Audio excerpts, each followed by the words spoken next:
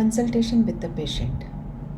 This tutorial is based on the Practical Guide to Hair Transplantation Interactive Study for Beginning Practitioners. Chapter 1.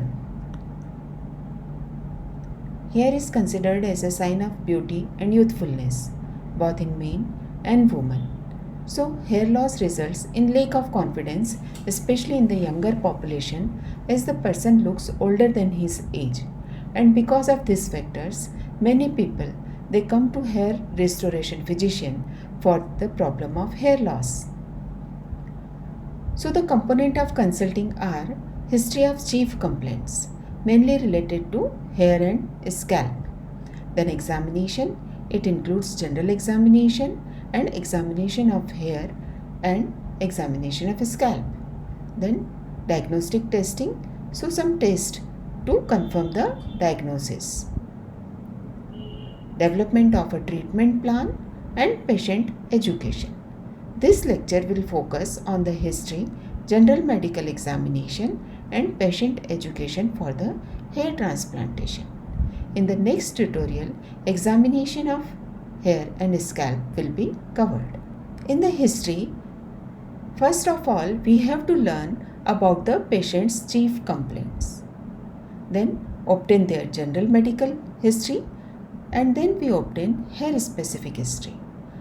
Now the chief complaint is mainly hair loss, which may be in the form of hair thinning, hair fall or hair breakage. Hair loss is a symptom, not a diagnosis. Up to 100 strands of hair normally fall every day. Excessive hair loss may be due to variety of reasons, such as postpartum stages in females, thyroid disorder. Hypothyroidism is a well-known cause of hair loss. Androgenetic cause, this is the most common.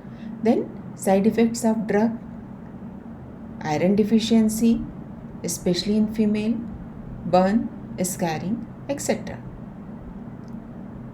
When we take history of chief complaint, the first point we have to ask is the duration of the hair loss.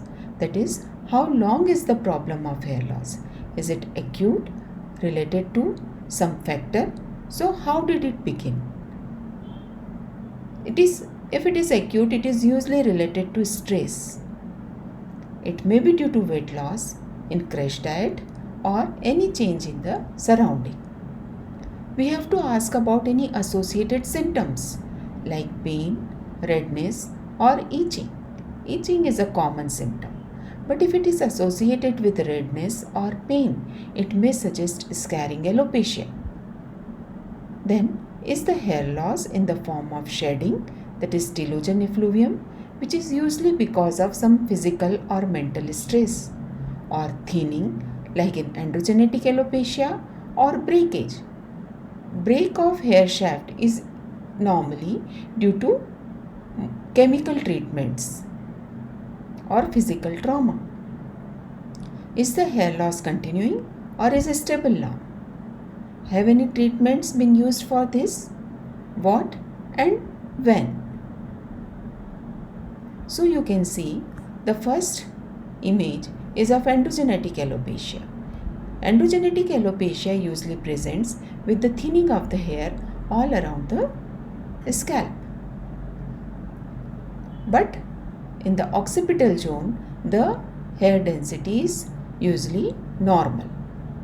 Then in alopecia areata, patient presents with a round patch of hair loss on the scalp and it may progress to the multiple patches and may involve eyebrow, beard, mustache.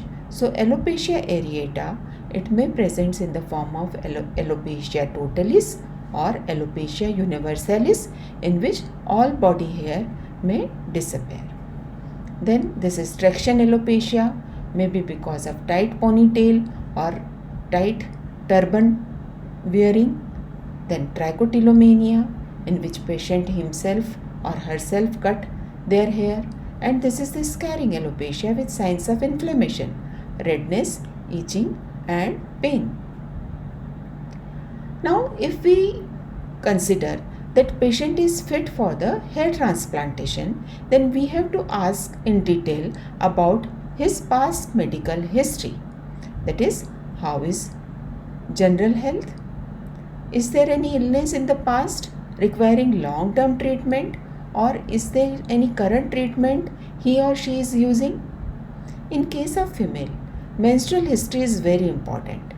Any menstrual irregularity or androgenesis history in woman may be associated with hair loss, like polycystic ovarian disease, hirsutism, or acne.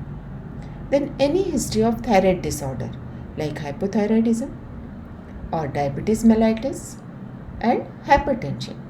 Diabetes mellitus and hypertension should be well controlled if we plan for the hair transplantation. Then we have to ask about the drug or medicines for seizure and asthma.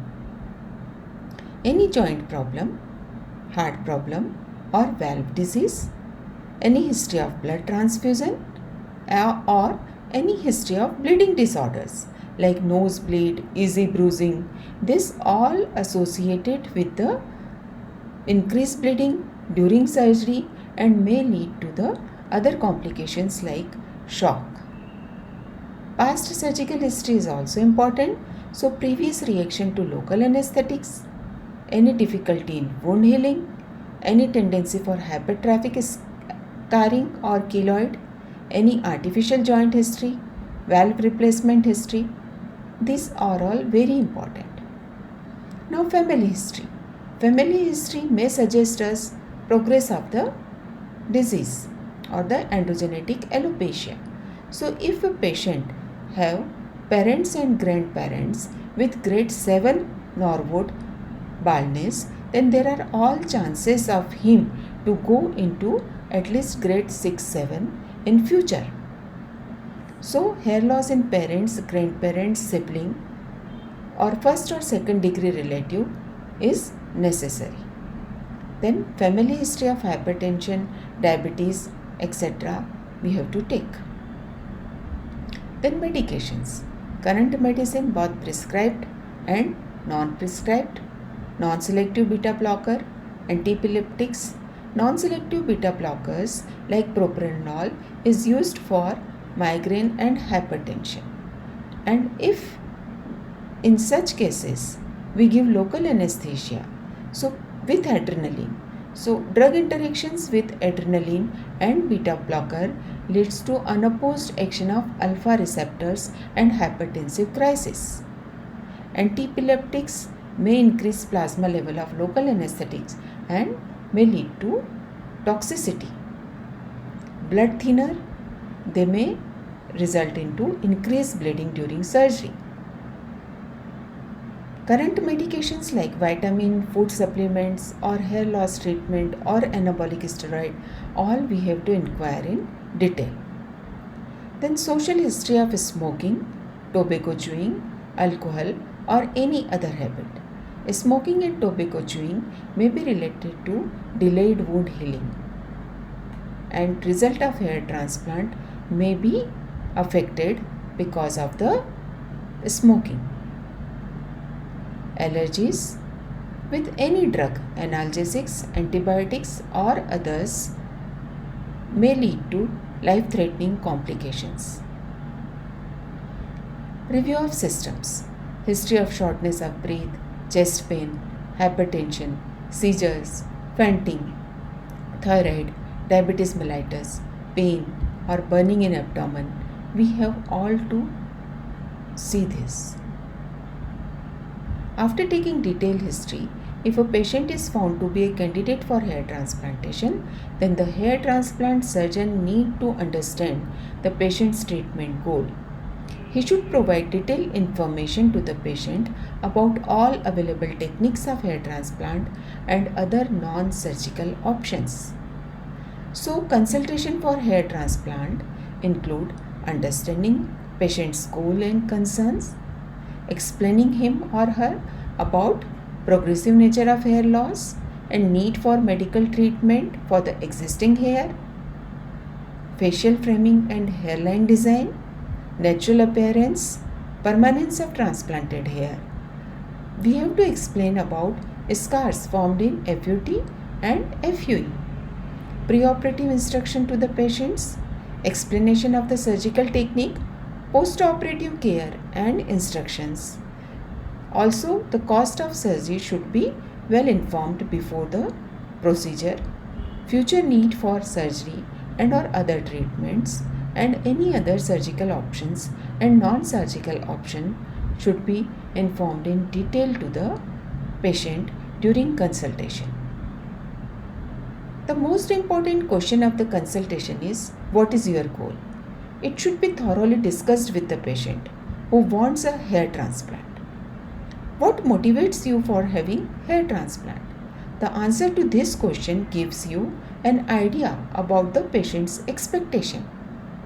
What area of baldness is more concerned, or what will be the priority if hair transplant is to be done in more than one session? Progressive nature of hair loss and need for medical treatment. Hair loss is an ongoing process. We cannot predict the extent of baldness in all cases. Family history plays an important role. Some patients may lose hair even without positive family history. If hair transplant is done in Norwood grade 4 and 5, the surgeon needs to explain that patient may lose existing hair after some years. The number of sessions that will likely be required to cover the grade of baldness or to increase density in the frontal, mid-scalp or vertex area in the future need to be discussed with the patient. Importance of facial framing and hairline design. One of the roles of the hair on the scalp is to make the frame of face. Facial features look better with facial framing. The anterior hairline is the line of division between scalp and face. The hairline which a surgeon is going to design on a bald person will be there for a very long period. If we make it too low, several problems arise. That is, it increases the number of grafts required. Also, it may look unnatural. So, in transplanting a natural looking hairline, a thorough discussion with the patient is necessary to convince them. Hairline design is an important aspect of the consultation. Goal of hair transplant is to give a natural look. We cannot give the density which is there in the patient in his young age, but we can provide a natural looking appearance by creating an illusion, by giving normal natural angle and direction of the hair grafts. So hair transplantation in the vertex needs to be avoided in the initial stages of baldness of young patient. It will increase the risk of unnatural look as the hair loss progresses further. So it may result into halo effect. That is, there will be transplanted hair in the center of the crown, and if hair loss progresses, the existing hair will go and there will be area of baldness around the transplanted hair. So it results into halo effect.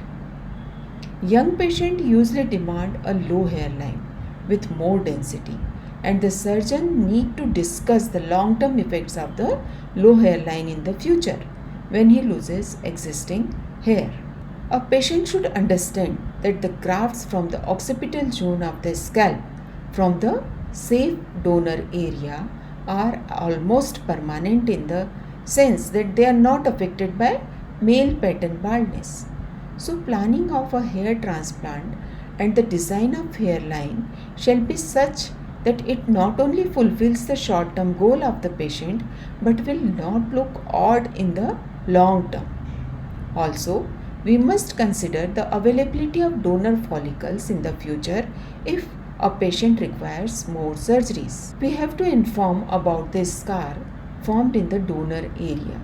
In strip surgery, there will be a linear scar on the back of the scalp. The visibility of the scar can be reduced by the trachophytic closure, but there may be widening of the scar or hypertrophic scar depending on the quality of the skin and width of the strip. In follicular unit excision, there are multiple small punctate scars, which may be almost invisible to the naked eye. The surgeon must make these points clear to the patient.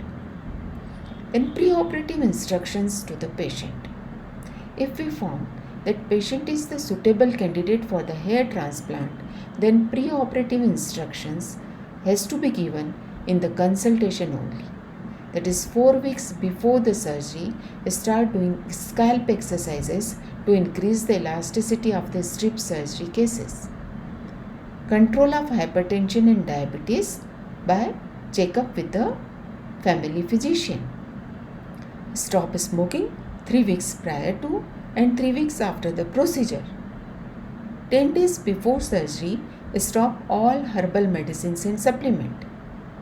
Minoxidil application can be stopped 2 to 3 days before surgery to minimize skin irritation and to reduce risk of intraoperative bleeding due to vasodilatation. Inform the clinic about any allergy to drug, food or contact and any medicine for blood thinning, hypertension or seizures or any other disease. In high risk cases, presence of anesthetist is a must. Laboratory tests like CBC, blood sugar, HIV, Australia antigen, SGOT, SGPT, bleeding time and clotting time as advised by the physician. Day before surgery, avoid late night parties, alcohol, etc. Take proper sleep. Anxiolytics may be given if indicated. On the day of surgery, take breakfast and medicines as advised. Do not wear tight clothing like t-shirts and pullovers. Now inform the patient about the technique and the steps to be followed in the operation theatre. This will decrease the anxiety of the patient. Also explain to him or her about the role and responsibilities of members of the surgical team. Inform about post-operative symptoms, like there may be chances of edema. The altered and reduced sensation may be present for few weeks. Temporary loss of existing hair known as shock loss may be there in 10 to 20% of men and 40 to 50% of the women. Post-operative pain in the form of mild discomfort may be there and itching on the recipient area for the first few days. When implanted hair will grow.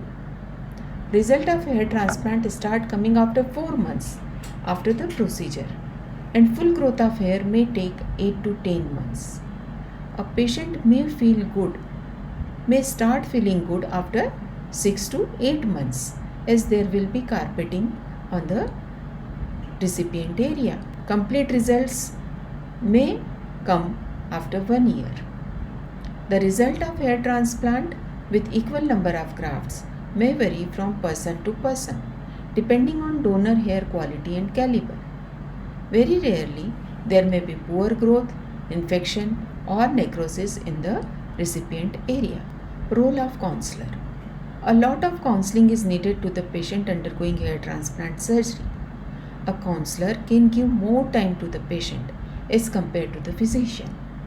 Counselor acts as a bridge between the patient and physician and patient and staff. He should not plan treatment for the patient. Only doctor should make the specific plan for the patient. So he shall limit himself to providing information using information brochures, videos, website information and before and after photographs. In conclusion, history plays the most important role in evaluating the process of alopecia. Proper history along with local and systemic examination and investigation are needed to make the final diagnosis. Decision to undertake a hair transplant shall be taken in the interest of patient, considering patient's requirements and short-term and long-term benefits. A patient must understand that hair loss is an ongoing process. Hair transplant cannot prevent loss of existing hair. For this, he has to take medical treatment. For coverage of future balding area or to increase density, he/she may need more than one sessions of surgery. A surgeon must refuse the patient if he or she has unrealistic goals or is not fit medically for the surgery or not satisfied with the technique of the hair transplant. Thank you. Next tutorial will be on Chapter 2, Examination of the Scalp.